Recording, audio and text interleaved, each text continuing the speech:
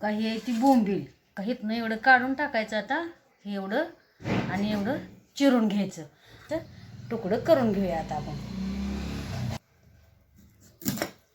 हे असं एका बोंबिलाचं 4 भाग केलं मी असं मी बोंबील सगळं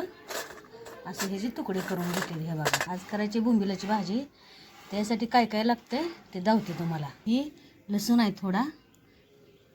ही धनेची पावडर आहे एक बारका टमाटा चिरून घेतलाय हे थोडंसं खोबरं चिरून घेतलंय कांदा चिरलाय हे थोडं फुटाणं घेतलं तर आणि घरचं काळं तिखट घेतलंय आणि ही थोडीशी कोथिंबीर घेतली पाणी कोमट करायला ठेवलंय पाणी कोमट जाऊन काढते वाटीत कोमट पाणी आता ह्या पाण्यात बोंबील भिजायला टाकून घेते ह्यात रेती खर काय असली का नाही ती बी कोमट पाण्याने निघून जाते चांगल्या पाण्यानं पुन्हा अजून 2 पाण्यानं आपण धुवून घ्यायचं खोबरं टाकून घेते खोबरं भाजून घ्यायचं खोबरं भाजून झालंय आता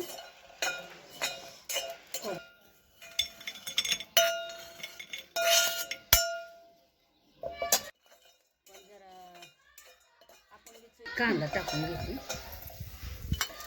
कांदा बी उभा चिरून घेतला जरा बारीक लगेच भाजतोय म्हणून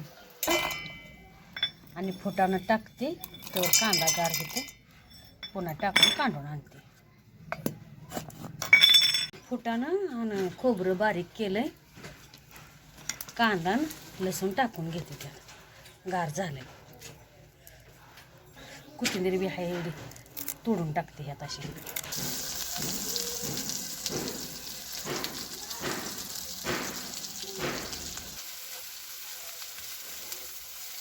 त्याच्यावर अद्दर काढून घ्यायचं असं अद्दर काढून घ्यायचं जरी समजा थोडीफार रेती राहिली तर खाली राहते म्हणून तेलात मसाल्यात टाकायची मसाला जवळ परतायचं त्यावर बोंबील चांगलं परतून निघते मसाला आणि बोंबील परतून निघते टाकून घ्यायचं टमाटे टाकून घेते टमाटर बी त्यात भाजून निघते तर मसाल्याला लागापुरतं थोडंसं मीठ टाकते थोडं टाकते कारण त्या बोंबिलाला मीठच असतं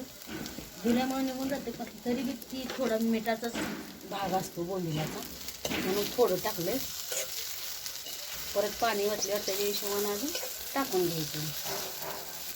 तर काही घरचं काळं तिखट आहे टाकून घेते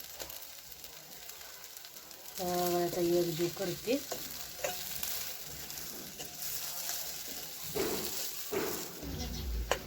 एवढं पाणी राहिलं हे बी टाकते मसाला सगळा कोरडा झाला आहे त्याला तेल सुटा लागलंय आता जरा पाणी ओतून घेऊया आपण पाहिजे तेवढं कारण आता पाणी ओतल्यावर जरा रटा रटा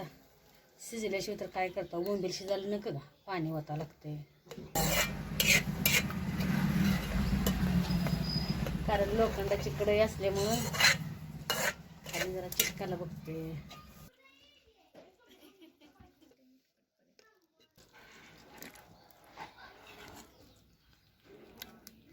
बोंबिलाचं ही केलंय बघा कोरड्याचं असं रबरबीत हे कांदा तोंडी लावायला ठुलाय तिखट झाले जर तिखट जर वाटलं तरी लिंबू पिळायला ठुलाय वरनं ही केली मकाची भाकर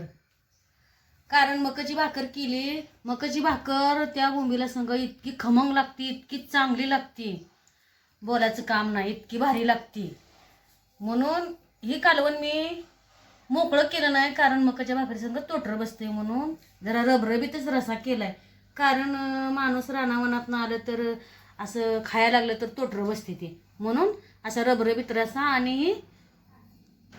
मकाची भाकर एकदम छान लागते बघा ही मी आज असा व्हिडिओ केलाय